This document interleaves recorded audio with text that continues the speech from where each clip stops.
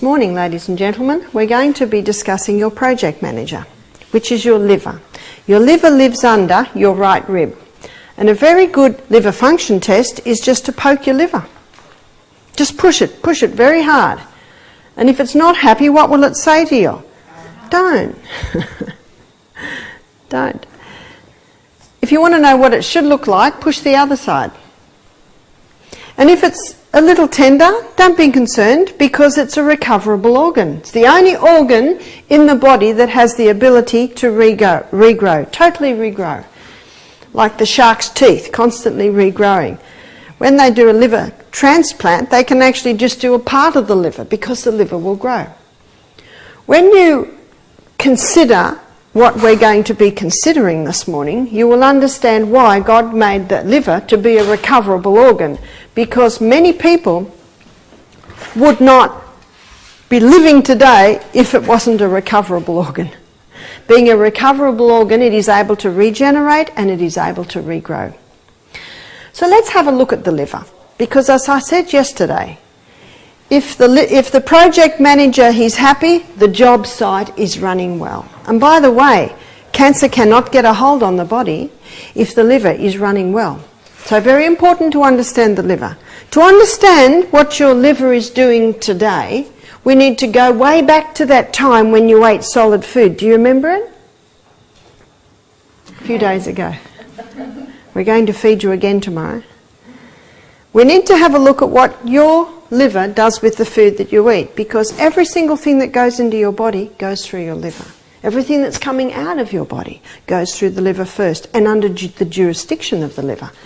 And that's what we're going to be having a look at today, after we have a look at what happens when food goes in. Never in the history of mankind have human beings consumed so many carbohydrates. Never. Let's have a look at what Aussies consume. What would most Aussies have had for breakfast? Cereal. Very popular food. There's a whole aisle devoted to it in the supermarket, so it must be popular. Very easy for such a fast society. Open cereal, pour into bowl, milk on, eat. And especially when the milk goes on and it all just goes like wet tissue paper, you don't even have to chew, down it is and off to work. I remember when muesli first hit the scene. I was talking to my cousin, I was about 16. I said, "What do you think of muesli?" He said, "Oh, I don't like it." I said, "Why not?" He said, "I have to chew and I haven't got time for that." Cereal. Or toast. Bread. Tell you what, in every corner shop you'll find bread, won't you? Mid-morning. Cakes, biscuits. I trained as a psychiatric nurse. Nurses are some of the unhealthiest people. Not all nurses, but a lot are. I would wake at 5 to 7. I've got to be on duty at 7. Running down the nurse's home stairs, doing my buttons up, in the ward just on the dot of 7. Hadn't drunk water. Nothing to eat. What would we nurses do in our coffee break mid-morning? Whole packet of Arnott's assorted biscuits dunking in cups of tea and coffee. Big cakes, biscuits, consumers. And have you noticed the size of most nurses? They're big. And we'll show you why in a minute. Pasta. I didn't know what pasta was as a child. I'm a 5th generation Australian. We didn't even know what pasta was. We had sausages, mashed potato, peas or beans every night of the week, except for Sunday. Roast. Rice. I didn't know what rice was till I was about 15 and a new product came on the market called Rice-a-riso. Mum brought it home. We started to have rice. Pizza. I don't think Aussies knew what pizza was 30 years ago, but it's a popular food now. Pie. Well, the pies have always been around. There's even a song about it, isn't it? Meat pies, kangaroos and Holden cars. I'm married to an Irishman. What must every meal contain? Well, every main meal. Potatoes. And last and definitely least on the list is the pure crystallised acid that's been extracted from the sugarcane plant. Why do I say least? Because there's no such thing as nourishment in that food. I'm sorry, it's not a food, it is a drug. Would you agree with me that Aussies are high carbohydrate consumers? Yes. All of these foods come under the carbohydrate list, and when they break down in the gastrointestinal tract, they break down to glucose. Glucose is a single structure, and it's only as a single structure that it can be absorbed into your blood. Do you know that you have a hollow tube in your body? It's your gastrointestinal tract, and everything that goes in there is not part of you until it gets absorbed into the blood. Then it becomes part of you. And it can only be absorbed into the blood when it is broken down to singular structures. So these foods get broken down as a singular structure. Glucose gets absorbed into the blood, goes on the M1 main highway straight to the project manager. My son's a project manager on a building site. When the plasterers come in, they go to James. When the plumbers come in, they go to James. He's orchestrating the job site. That is what the liver's doing. So the glucose goes to the liver, and the liver determines where the glucose goes. Number one, the glucose is sent to the cell to be burnt as fuel. It is the main fuel used by every cell in the body. Number two, it is stored as glycogen. Glycogen is a name given to quick-release glucose stores. Your liver stores some, but it only can store a little. Your working muscles store some. When you walked up the hill this morning, do you know how you got up the hill? It was your glycogen stores. And the glycogen stored in your working muscles is like it's in a prison. It can only be used by your working muscles. But the glycogen stored in your liver, it can be sent all over the body. But only so much glycogen can be stored. And on a high carbohydrate diet, high glucose is released into the bloodstream. And there's a lot of glucose still left over from being used as the cell and stored as glycogen. And so that excess glucose is stored in the most effective way it can be stored, and that is as fat. This is a fact that many people are unaware of. And when someone wants to lose weight, what part of the diet do they stop? The fat, yeah? The fat. And do they lose weight? Not much. And fat is an essential nutrient. And fat is one of the substances that helps to give a person the satiation feeling or the feeling of satisfaction. And that is why when people are on fat-free diets, you'll find they've got to eat all day long because they never get the satisfaction feeling. One guy, when he heard this, he said, my girlfriend, she has a cup of coffee with skim milk and 3 teaspoons of sugar. What would she be better to have? Actually, no sugar and full cream milk. Actually, better to have none. You see, it's a misconception. When I was in New York in April, I consulted with a couple who asked for a consultation, and it surprised me because they were both in their 60s, both obvious professionals. When I consulted with them, I found out they were both doctors of chiropractic, they were both qualified nutritionists. By the way, amazing musicians. He was head of music in the whole of the New York area. I said, why are you coming to see me? And they said, we used to be Dr. Atkins patients. Wow, I was very excited to meet Dr. Atkins patients. We've all heard of Atkins, yeah? What was Atkins famous for? A diet that no one had ever dared put forth before. What was it? It was high meat, high fat, no carbohydrates. They said, we went to Atkins. That seemed probably early 90s, so probably 20 years ago. They went and saw Atkins. We'd heard of his fame. Well, you see, his book was #1 on the New York Times book list 4 years running. Someone loved him. Nutritionists hated him. Why did the people love him? It's very simple. It worked.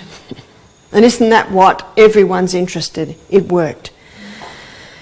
They said, Atkins took us off our high carbohydrate diet. They said we're vegetarians.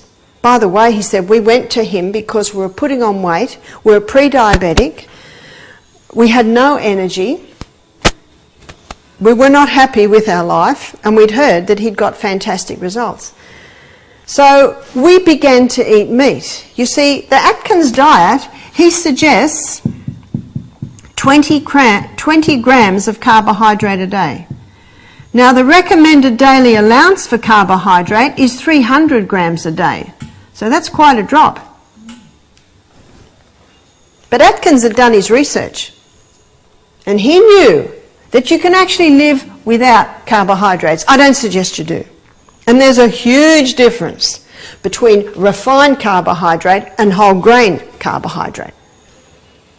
So they said, we went on the Atkins diet. We dropped our carbohydrates down to 20 grams a day. He has 4 stages. Stage 1 is 20. They said our energy levels skyrocketed. The weight just fell off us. Our blood sugar levels came back to normal. Wow. They said the results were absolutely amazing. I said, why have you come to see me? They said to me, we're not happy with the meat.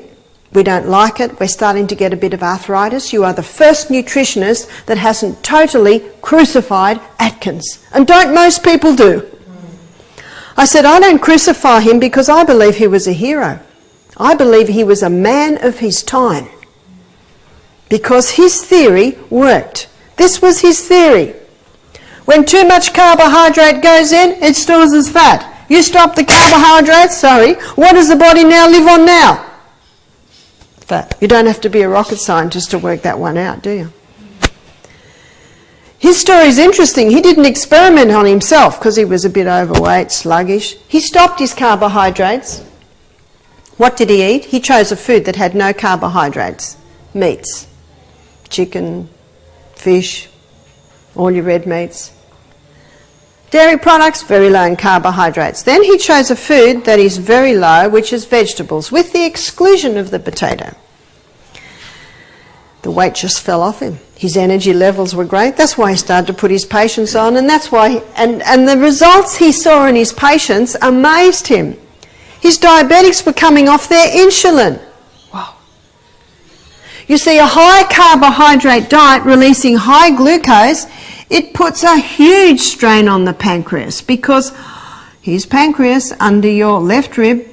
Pancreas has a high demand of insulin when high glucose comes into the blood. So when someone's on this high carbohydrate diet, the pancreas is just about getting screamed at all day long. More insulin, more insulin, more insulin. How would you feel if you were yelled at like that all day? You get to the stage where you'd say, I'm not coming to work anymore. And that's what pancreas does. 400 diabetics diagnosed daily in Australia. And what are Aussies eating? Tell you, the amount of sugar that Aussies are eating now is almost quadrupled to what it was 50 years ago.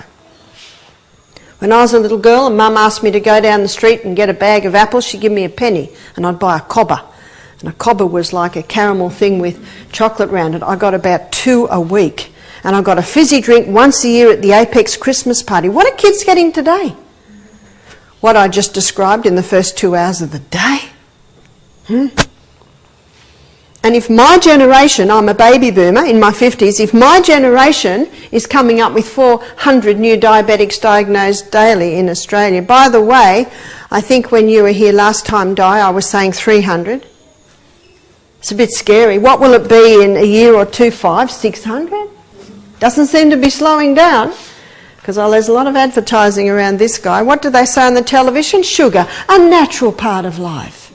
That's like saying heroin, a natural part of life. Huh? Nothing wrong with sugarcane, nothing wrong with the poppy plant. It's the acid that's extracted. Atkins found his diabetics were coming off their medication. Their pancreases were getting a break and they were starting to revive. One lady said, my pancreas is dead. I said, is it gangrene? Isn't that what dead is? If there's blood going through the pancreas, there's life going through the pancreas and it can revive. We had a young man, type 1 diabetic, 22 years of age, been on insulin since he was 7, do our program. At the end of the week, he'd reduced his insulin by 3/4. Wow, we weren't giving him bags of lollies every day.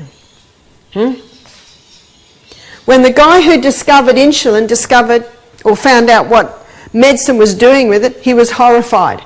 Because insulin basically allows people to keep eating this. But people die from diabetes. It's not a cure. And he knew it wasn't a cure. Atkins also found, when he began to put his patients on it within about the year, not only were the diabetics coming off their medication, but his cancer patients were going into remission. Do you remember yesterday we looked at the link between cancer and fungus? What's fungus' favourite food? Sugar, glucose. And it's neck to neck with heart disease today as #1 killer in Australia on this high carbohydrate diet, giving cancer the fuel it loves. On the Atkins diet, down to 20 grams of carbohydrates a day, his cancer patients were going into remission. Wow. His patients with high cholesterol levels were coming back to normal. Your liver makes cholesterol, and your liver will make as much cholesterol as your body asks it to make. You see that? And have you heard that LDL is the bad one? Low density lipoprotein? You know what low density lipoprotein is? It's the rebuilder and the repairer. That's what it does in the body. So where are you going to find it? You're going to find it wherever there's damage. A smoker's arteries, their artery wall gets very thin. And when that wall gets very thin, it's very easy for a hole to develop. And so who do you think is sent to plug it up? The rebuilder and the repairer. The rebuilder and the repairer comes along and plugs the hole up. Now what's supposed to happen then is high nourishment coming into the body gives the body the tools to repair the hole. And then HDL comes along once the hole is repaired and helps to take LDL away and out of the body. But what's happening is the smoking's not stopping, the nourishment's not coming in, so what happens to LDL basically has to stay there to keep that hole plugged up. And it keeps happening. It's called atherosclerosis, arteriosclerosis. You see that? To say that LDL's the problem is like saying the Band-Aid's the problem that you just put on your sore. You just put it there because you've got a sore. The body doesn't make bad things. If they're out of balance, if they're too high, too low, one has to ask why. What Atkins found, that when someone's on a high carbohydrate diet consuming high glucose, the pancreas is releasing high insulin, and when high insulin keeps being released, it triggers an enzyme in the liver to make more cholesterol. Wow. So it's not the butter on the bread, it's the bread under the butter. The wrong guy's been shot. That's not the problem at all. And what most people get put on when they have too high cholesterol? Lipitor. Well, you can buy a book called The Human Cost of Lipitor. Because what Lipitor does, what the statin drugs do, they inhibit the biochemical pathway in the liver that the liver uses to make cholesterol, so it doesn't make so much. But that same pathway is the pathway that the liver uses to make coenzyme Q10. And coenzyme Q10 is your heart protective enzyme. Wow. I've got a book in the bookshelf. You might like to look at it. It's only little, won't take long to read. It's by Dr. Peter Dingle. It's called The Great Cholesterol Deception. At the back of the book, there are a whole lot of books you can get. The Great Cholesterol Con, The Great Cholesterol Lie. By the way, that one was written by a cardiovascular surgeon who's performed 5,000 bypasses. And he's written a book, The Great Cholesterol Lie. You can even log into a website for the website for cholesterol skeptics. There's another one that says, who will tell the people it's not cholesterol? Wow. 2 pages of books you can get on the subject. Cholesterol is not the problem. One has to ask why if the cholesterol levels are high. Atkins found on his dietary program where the people are eating cream, butter, cheese, eggs, meat, their cholesterol levels went down. Whew. He found his patients with high triglyceride levels came down. He was so excited about this, he went into the medical journals to see if there was research to prove what he was finding, and there was. In fact, in the 1980s, there was research that proved that dietary cholesterol in the food, had little or no effect on blood cholesterol levels. Atkins found, and this, you might find this interesting, he found that fibre was an essential nutrient. These are the 3 essentials. Fibre is essential. In what way is fibre essential? Our gastrointestinal tract needs to be swept every day, and it is fibre that sweeps it. Our gastrointestinal tract doesn't work without the movement. If the sewage system slows down, the whole body gets poisoned. But it is in the fibre part of the food, in your whole grain pastas, whole grain rices, breads, grains, that's where most of your B vitamins are. Once you throw the fibre away, you've thrown a lot of the essential vitamins. Atkins also found that protein is an essential nutrient. In what way is protein essential? The membrane around every cell in your body is 50% protein. Do you remember yesterday I talked about the double helix strand of the DNA, the crossword bands are amino acids. What are amino acids? Let me show you. This is protein. This is what protein looks like under a microscope. In your gastrointestinal tract, enzymes break that protein down to peptides and polypeptides. And then those peptides and polypeptides come down into your small intestine. And enzymes from your pancreas break them down into amino acids. Only as amino acids can they be then absorbed out of your hollow tube and into your blood and become part of your body. So basically, protein is made up of amino acids. I found it interesting when I read of Florence Nightingale that when she had very sick, weak patients, she would give them raw milk or beef tea. What do raw milk or beef tea contain? Both contain protein in a very simple, usable form. Your body cannot heal without protein. On a low protein diet, the body cannot heal.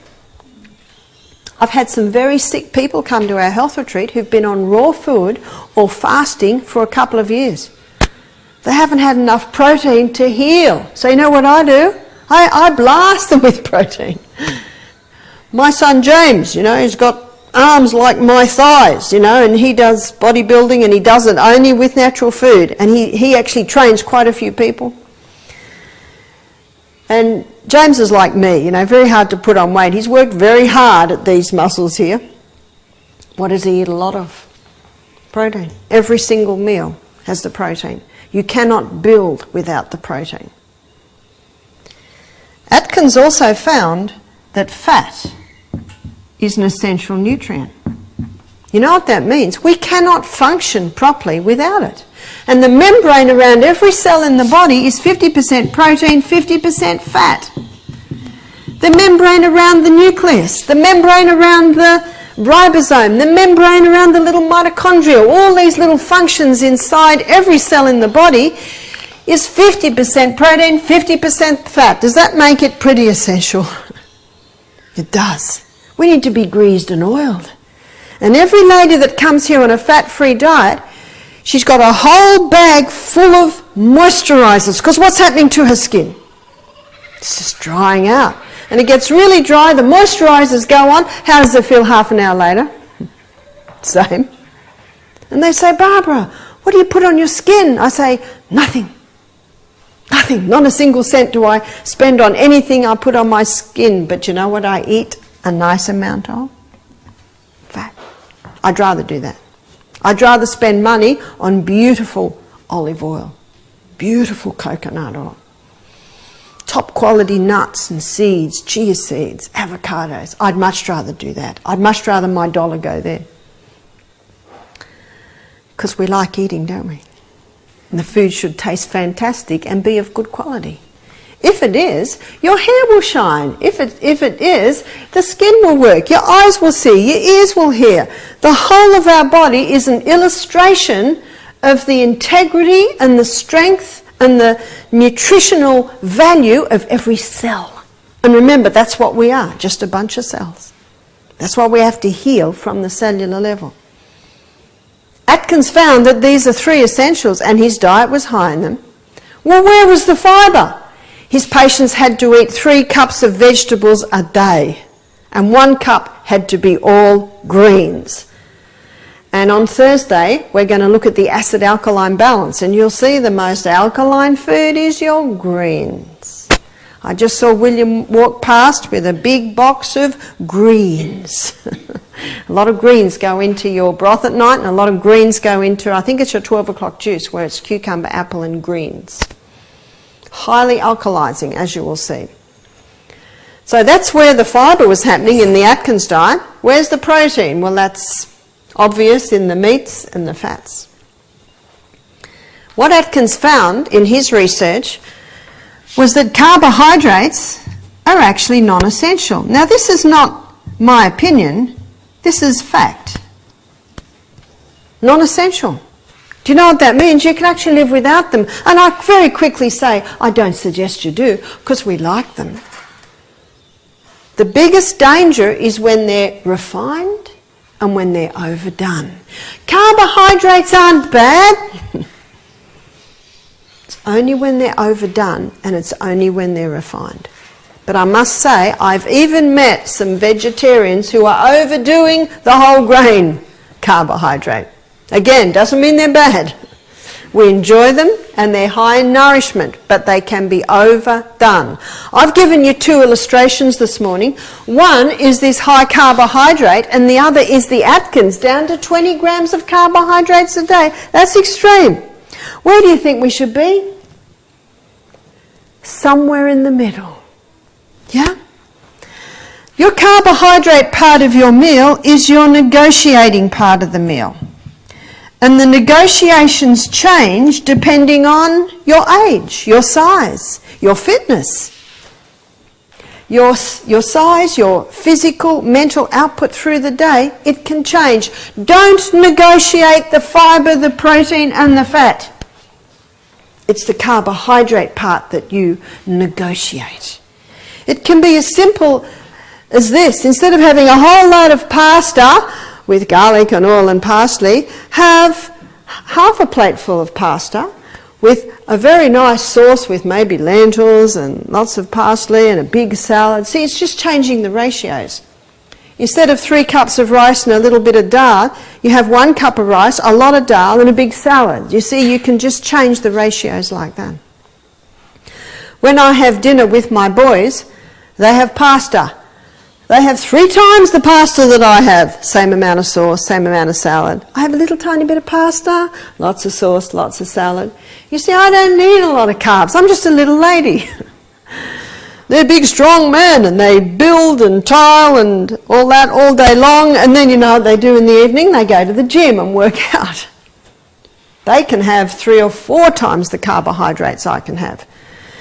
4 weeks ago, we had a guy do our program. He was 33. He just walked across Australia from the most western to the most eastern. Took him 5 months, I think 5,600 kilometres. He said by the end, he could eat 5 times the food that he was eating at the beginning. The amazing thing is, and you'll hear about this when I speak about exercise, when you start moving the body, you change the metabolic rate. And those little muscle cells start consuming more and more, and the more you put into this fire, the more energy that you get. But when a person's metabolic rate has changed to storing fat, the more they put in, the bigger they get. It's all to do with the way that the cells run, and I'll discuss that on Friday and show you how to do it. But as one writer I was reading about recently, he said in weight loss and in fitness, he said 80% is due to diet. Wow. And you will find, and James has told me this too, because he goes into, bodybuild.com, that he said all the top bodybuilders recognise what I'm showing you this morning. Get that carbohydrate down. Here are your essentials. And James said, guys come to him all the time. They're just carrying too much weight, because what do they love? The sugars, the breads. My son Peter, he's is very well built too. Peter's, what's Peter's? Peter's 27, James is 34. About 2 years ago, Peter wanted to lose 7 kilos in a week because he was doing a photo shoot, and he ate broccoli and chicken for 1 week. He had all the energy to work, lost his 7 kilos. I saw the photo shoot. Muscle, muscle, muscle, muscle. Just defines the muscle. Will it harm him? No. He's getting the minerals, he's getting the greens, he's getting the proteins, he's getting the fats. He just stopped his carbohydrate. I'm not advising living on chicken and broccoli for a week, but it's an illustration. It's an illustration to show you where the role of carbohydrate stands in society today, and it explains why on this high carbohydrate diet Aussies are so overweight, they are so sick, there are so many diabetics, and there are so many people that are suffering from cancer. It's not working. I believe that you can do superior to Atkins, and this is why Dr. Carl Benjamin and his wife came to see me. They were so excited about what they heard because they knew Atkins. They said he was a very gracious man. And they said to me that if Atkins had read the China study, which I referred to yesterday, they believed Atkins would have become vegetarian. Atkins was a man of his time. Colin Campbell is a man of his time. I like Atkins' science. It works. Well, how do we get our protein as a vegetarian? Let me show you. On a vegetarian diet, it's impossible to go down to 20 grams of carbohydrates a day, but there is no need. Let's have a look at the vegetarian protein. Let's have a look at the oldest history book we have, which is the Bible. We'll go to Genesis 1:29, where God's saying to Adam and Eve what to eat. And this is what God said to Adam and Eve. He said, the herb-bearing seed, every herb-bearing seed which is on the face of the earth. What's a herb-bearing seed? Let's have a look at the food. We'll have a look at the protein content and the carbohydrate content. Herb-bearing seed. Grain. Grain is a herb-bearing seed. There's your wheat, oats, rye, barley, millet, amaranth, quinoa. Grains are high in protein, but they are also high in carbohydrate. How many on our carbohydrate list are from the grain department? Grain, grain, grain, grain, grain, grain. Well, most of them are from the grain department, which is where your high carb comes from. Another herb-bearing seed is the legume. The legume is your lentil, chickpea, lima bean, black-eyed beans, kidney beans, soy. Legumes are high in protein. If you want to know how to cook legumes, get a Lebanese, an Italian, an Indian cookbook. They have a lot of legumes because they did not have the ground, never have had the ground to graze the cattle. So they get their protein from the legumes. And I think you'll agree with me, they make beautiful things out of legumes. And there's so many legumes and so many things you can do with them. Legumes are high in protein, but they are medium to low in carbohydrates. They're about the third the carbohydrate that you will find in the grain. Most nutritionists lump these two together, but it is not so. We have a nutrition almanac in our bookshelf which shows you every food and every protein and every carbohydrate, every nutrient in any food, and you can look for yourself. Herb-bearing seed. The seed. When I'm saying the seed, I'm referring to pumpkin seed, sesame seed, sunflower seed, chia seed, flaxseed or linseed. These seeds are high in protein and they are quite low in carbohydrate. So that every herb-bearing seed which is on the face of the earth, and the tree in the which is a fruit yielding seed. There's another seed. What fruit yields a seed? The nut. We live on a wonderful part of the planet. There are so many nuts, aren't they? And we're the only country in the world that can afford to eat macadamia nut.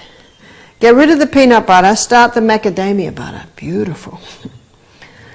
So macadamia, cashew, almond, Brazil, hazelnut, pecan, walnut, so many nuts. Nuts are high in protein and they are low in carbohydrate.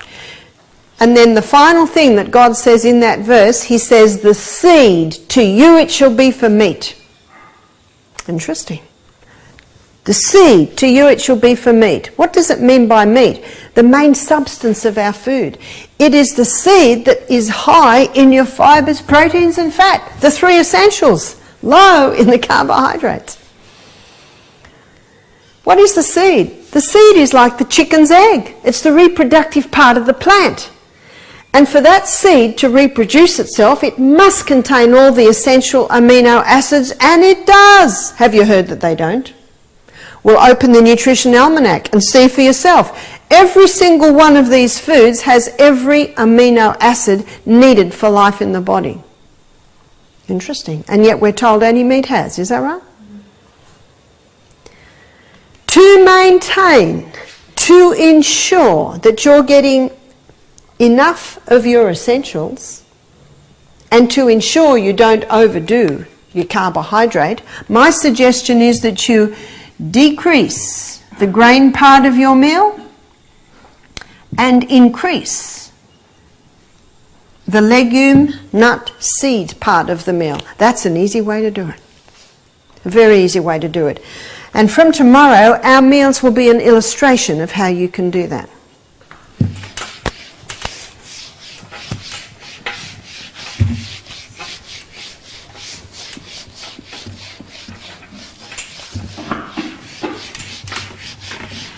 So what's your body doing today? Now that we have established the importance of the liver, we've looked at how the liver deals with the food that you're eating. What's your liver doing today? And what is today? It is the second day of your detox program. We are not giving you enough glucose to run on, and so some of your fat stores are getting broken down to release some excess glucose. But as those fat stores get broken down, they're releasing something a little bit more sinister. They're releasing the fat-soluble toxins that have been building up in our bodies over many years.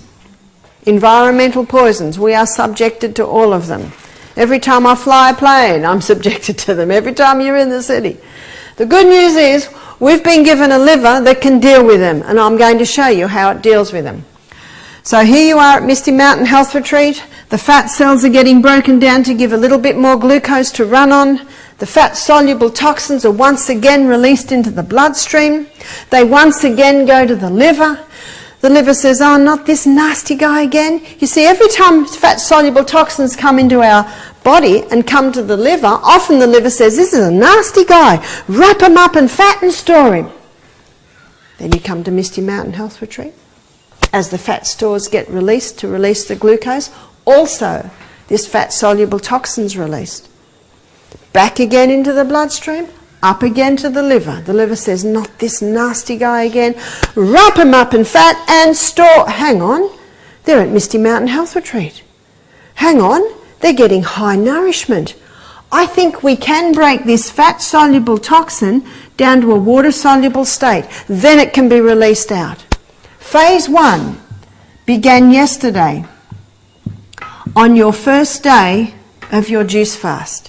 Phase 1, the liver took this fat-soluble toxin and it broke it down to a metabolite. That metabolite is a nasty guy. That metabolite is sometimes 100 times more toxic than it originally was. That metabolite creates a lot of free radicals. That metabolite is sometimes, often, very volatile, highly volatile. And you might say, what's the body doing? It's just created something worse. That is true, but it is a process. This is the symbol for the metabolite. Why does it do that? Well, it can be explained by what happens when you're going to, say, clean out the garage. What does it look like halfway through? 100 times messier? What does it look like when I'm weeding my winter garden? 100 times messier. It's a process. And your liver has certain needs to protect your body from this metabolite at this stage. It needs antioxidants. Antioxidants are free radical scavengers. Antioxidants come along with a lot of extra electrons, and a free radical is missing an electron. What are your best antioxidants? The most potent antioxidant is beta-carotene. And beta-carotene is found in all your green-coloured and all your orange-coloured vegetables. So your green barley, very high. Your orange carrot juice, very high. That box of herbs that I just saw William carrying, green herbs, very high. Vitamin C. We are giving you vitamin C with every dose of green barley that you have. Vitamin C is very famous, probably the most famous antioxidant. And we know vitamin C as ascorbic acid. But in the last 10 years, researchers have found that ascorbic acid, when it gives all of its electrons away, it can become a free radical. But in nature, ascorbic acid comes hand in hand with bioflavonoids. And those bioflavonoids continually feed extra electrons back to ascorbic acid to protect it from becoming a free radical. So the bottom line is, if you buy vitamin C, make sure it's ascorbic acid with bioflavonoids. And most of your reputable brands will have that. Vitamin E.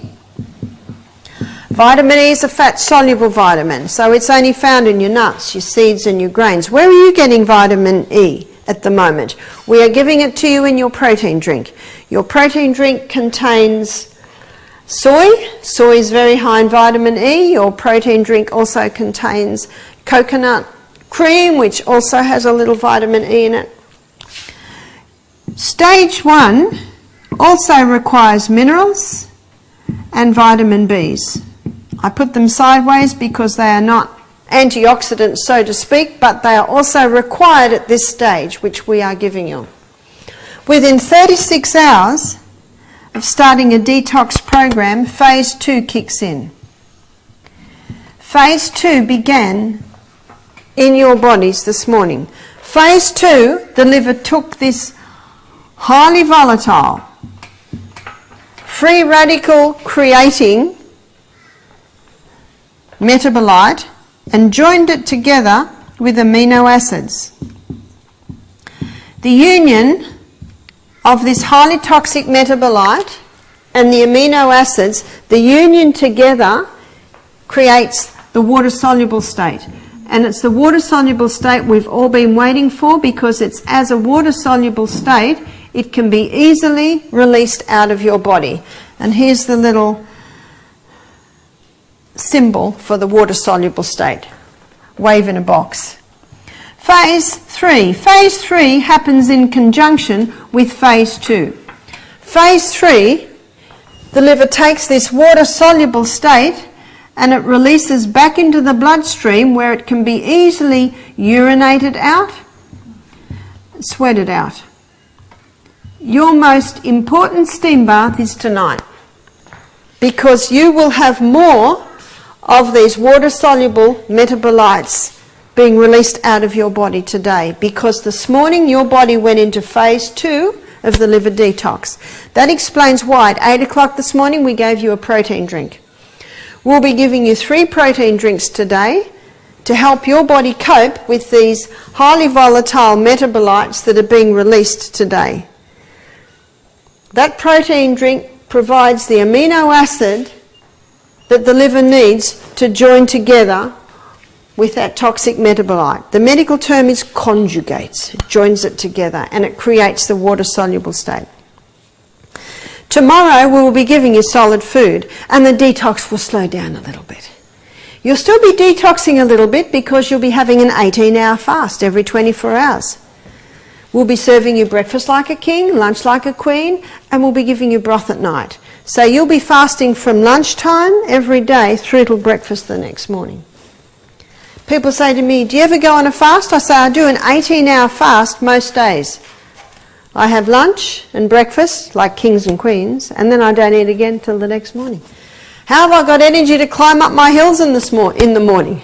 My glycogen stores. And they will be built up again as I eat my breakfast and lunch, ready for my extra activity, riding my bike to work, running up the hill. It's all there. You see, the food that you're eating, it doesn't give you energy often until quite later, because it has to go into your liver has to send it, has to store it. And that's why you can go 2 days without eating. There are stores, and you will see, when you see this, that we are nutritionally supporting your liver. We are giving you the beta-carotenes, the minerals, the B vitamins. That explains why your urine's fluorescent yellow, because we're giving you a super B mix with every green barley, and we're providing the amino acids so that you can effectively detox. We need more protein today than any generation that has ever lived, because we are dealing with more fat-soluble toxins than any generation that has ever lived on planet Earth. We have a look at the slips and the oil spills. We have a look that they stopped all fishing in Sydney Harbour, was it 18 months ago, because the children of the fishermen had mercury and dioxin levels in their blood, little kids far higher than they should be. So this information is very important. This information has only been around since 2002. I gave this lecture in America one year, and a man came up and said, "That's very interesting." He said, "But it is not for your lay people, that's for your academics." I said, "Lay people have livers too, you know." And isn't that true? In my book that I'm writing, I'm spending a whole chapter on the liver, because that is vital information. It also explains why Florence Nightingale noticed her sick men responded to beef tea and raw milk. Because of the protein. It also explains why Atkins got the results. I think Atkins had passed away before this information was known, but it also shows why he was getting the results that he did. Do you remember what I said yesterday? Truth never changes. It's always the same. It might be built upon, but it's always there. And he was a man of his time. But I believe you can do superior to the Atkins diet by doing a vegetarian version. By the way, if someone wanted to lose weight, what would they drastically drop? The carbohydrates. If someone wanted to put on weight, what would they increase? Not the carbs. Because I don't know anyone that wants to put that on. I find on this diet, which is high fibre, substantial protein, sufficient fat, underweight, put it on, overweight, lose it, right weight, stay the same. So it's a balancing diet. I had 2 people come here. The man was 46 kilos, the lady was 36 kilos. They were gorging themselves on carbohydrates to try and put on weight. They said, "Please don't put us on a 2-day fast." I said, "I've got to." Your stomach is so overworked, you're not absorbing any of your nutrients. I said to them, "I'll give you protein every meal. Sorry, I'll give you a protein drink every juice." Atkins proved that if you're having sufficient protein, you will never lose muscle. No one wants to lose that. I gave them protein every juice.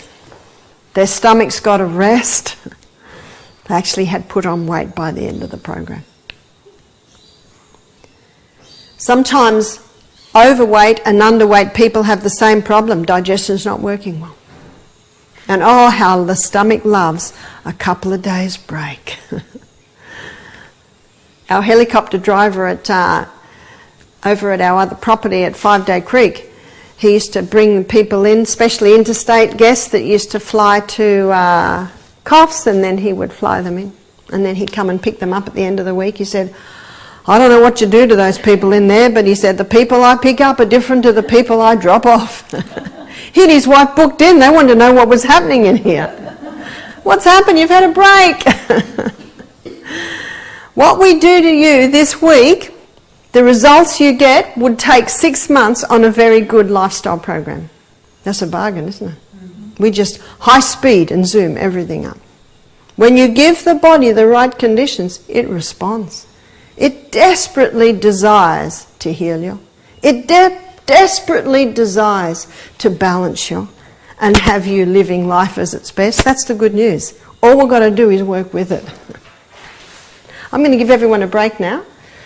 Please have a 5-minute break, and when you come back, we're going to have a look at the wonders of those little chemical messengers called hormones.